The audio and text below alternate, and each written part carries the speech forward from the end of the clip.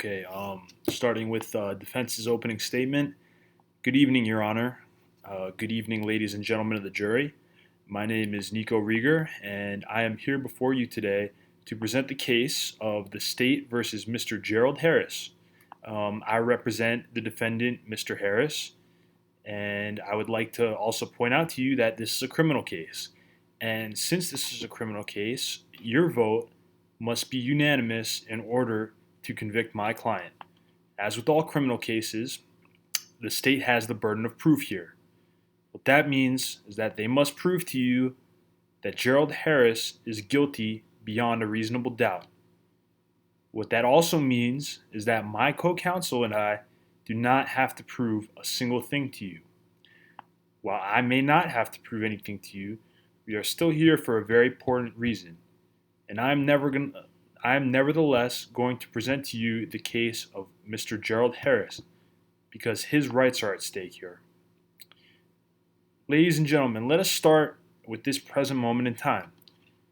Currently, my client, Mr. Harris, who sits here before you, is protected. He's protected by the presumption of innocence.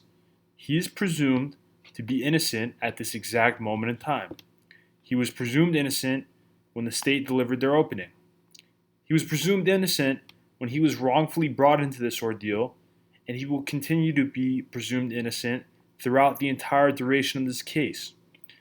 Ladies and gentlemen, it is only until and unless you deliver a unanimous verdict of guilty that my client no longer enjoys this presumption. As I previously said, I may not have to prove anything to you today. However, I'm going to present the case of Mr. Harris to you because his rights are at stake. Mr. Harris, Gerald as he's known by his friends, is a blue-collar, hard-working, lifelong NEDA resident. He's a NEDA resident who comes from humble beginnings. One thing that makes Gerald special is that he is a perfect representation of the American dream. What started out as a story of a troubled youth in the city of Glendale manifested into one of the biggest success stories this community has ever seen. Through hard work, dedication, and the belief of his mentor, Ben Sanders, Gerald Harris went from the average custodial worker to CEO of his own business. Now, regrettably, on March 2nd, Mr. Harris found himself in the middle of a physical altercation at Gus's Bar and Grill. As you are going to hear, this incident did not result in any charges being filed against my client. You are also going to hear the testimony of Henry Fordyce, who claims my client violently attacked him in an alley sometime after this original altercation.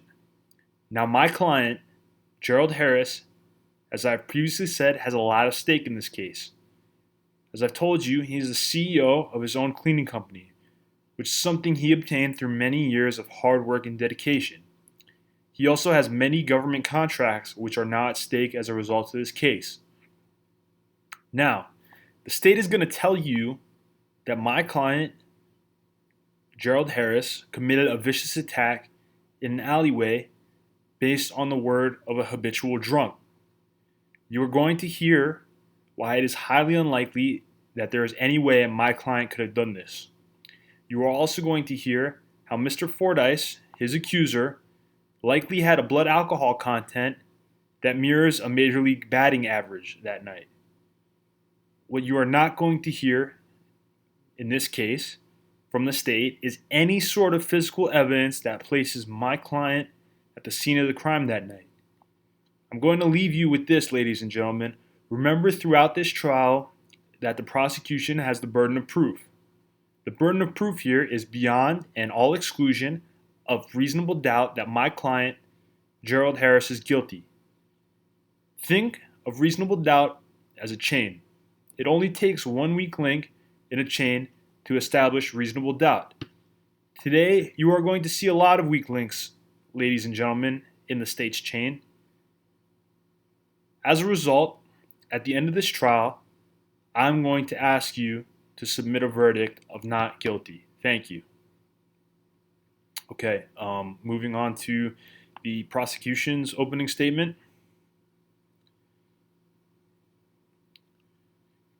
Good evening, Your Honor. Good evening, ladies and gentlemen of the jury. My name is Nico Rieger, and I represent the NIDA State Attorney's Office. More specifically, due to the nature of this offense, I'm here today to seek justice on behalf of Mr. Henry Fordyce. Ladies and gentlemen, you are going to hear a lot of testimony today. You are going to hear testimony from the hospital accounting what happened to Mr. Fordyce. I want to go ahead and start off by cautioning you ahead of time because some of the testimony that you are going to be seeing today is quite graphic. You are going to hear about a violent assault. You are going to hear about a series of abdominal and skull fractures, and you are going to even see pictures of blood and the blunt instruments that caused these injuries to Mr. Fordyce. But the main question that you should be asking yourself is, why are we here today? We are here today because Gerald Harris simply could not help himself from going back. Gerald Harris is a widely successful businessman in NIDA.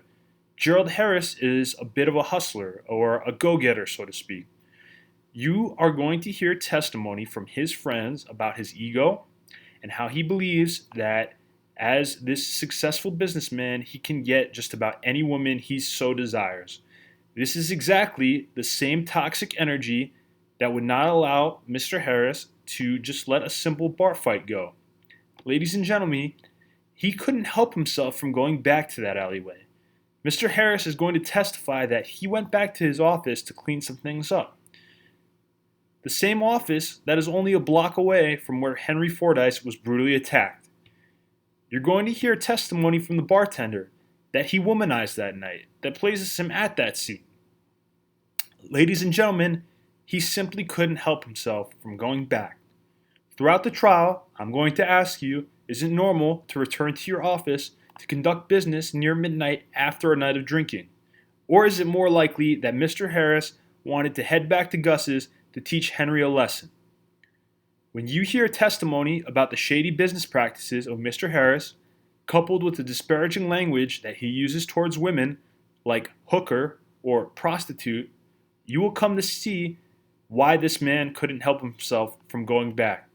You are going to hear how the police came in and broke this fight up after Mr. Harris got some good shots in and even put his hands on Mrs. Ava Long.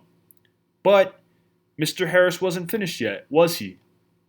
You're going to see, ladies and gentlemen, based on this man's character and overall bad attitude, how there was no way he was going to leave it up to interpretation who got the best of who here. There was no way that he could help himself from going back to fight the final round and settle this score with Henry Fordyce. But, as you will come and see, Mr. Harris isn't a man who fights with honor. Mr. Harris stalked Henry into an alleyway and proceeded to use a deadly weapon to beat him to a pulp. Ladies and gentlemen, that is why you must return a verdict of guilty. Thank you.